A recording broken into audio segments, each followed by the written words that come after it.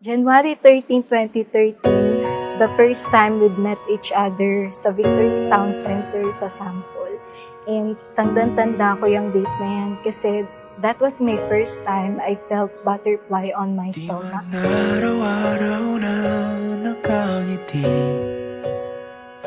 at ilang beses na rin tayong humihindi. Di na mapilang ang ating mga tabuhan. Nakita ko kung gaano ka kapursitido para lang mapasagot ako. And December 28, 2015, nasabi ko na lang sa sarili ko na di ko na pala kayang mawala itong taong to. Palagi babalik pa rin sa yakap mo. And from that moment, palagi ko nang pinapanalangin na ikaw na sana. Sana tayo hanggang dulo. Na kung mawawala pa, ayoko nang magmahal ng iba kasi hindi ko na nakikita yung sarili ko sa iba. Din man, nais kong malaman mong iyo ako. Palagi tayong manalangin sa taas para gabayan niya tayo sa mga pangarap pa natin. Iwasan na lang yung mga selos at kung ano man. Sobrang proud na proud ako sa'yo, sa atin, sa mga pinagdaanan natin. Kasi dati-rati nagdi-date lang tayo sa Ligawan, sa Fishbowlan, pupunta lang Star Mall para mag-window shopping lang. Pero after nun lalabas tayo para kumain ng Angel's Burger. Kasi di pa natin afford kumain sa loob ng mall.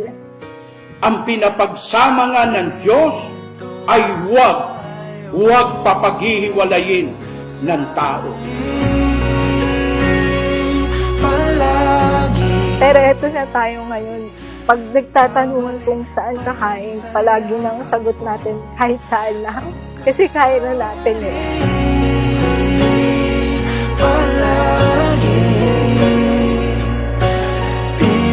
Masaya nating pagtulungan kung ano yung future na gusto natin talaga. Nais kong malaman mong iyo ako.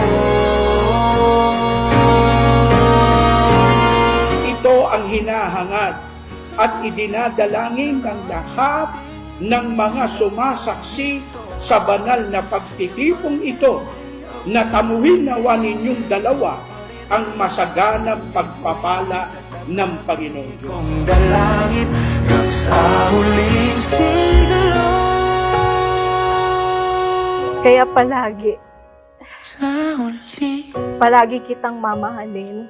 palagi I will always be by your side through ups and downs. babalik pa rin Palagi kitang aalagaan, pakaiingatan.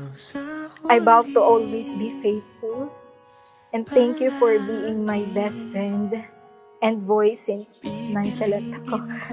And you were my favorite enemy. Ano? Ganyan ba yan? Teka muna, layo eh. Alam mo, mahirap naman turuan kita. Asawa mo yan eh. Ganyan o.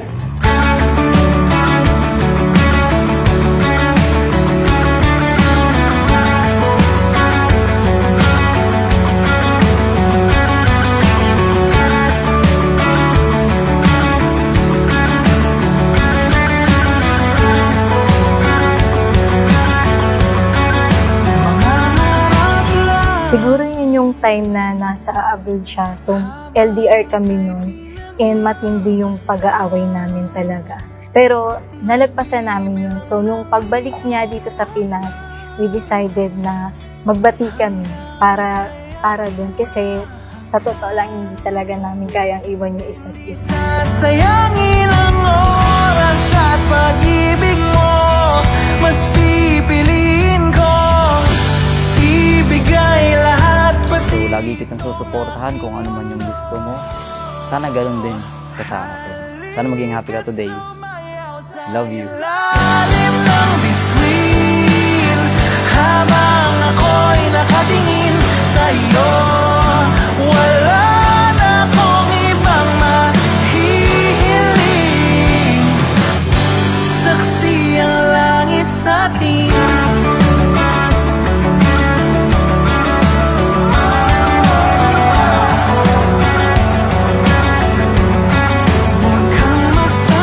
Thank you kahit minsan ang hirap kong intindihin. Andyan ka pa din, nakikinig lang. Yung nagmumukhang clown ka para lang mapasaya ako kapag sobrang bad trip na ako. Thank you for being my advisor kapag nag-aaway kami ng sarili ko. Hindi gumagalaw ang oras sa paligid. Salamat sa pagstay nung mga panahon na feeling ko iniwan na ako ng mundo.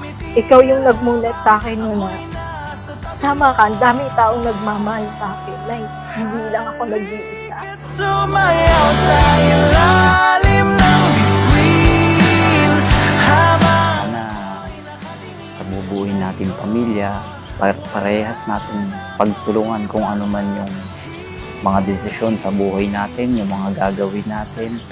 Sana lagi tayong magkasundo sa mga desisyon natin sa buhay at sumayaw sa ilalim ng bituin habang No matter what the future might bring, I will never leave you, I promise. I will always root for you, cheer you on, and be your biggest fan. Thank you, and I love you.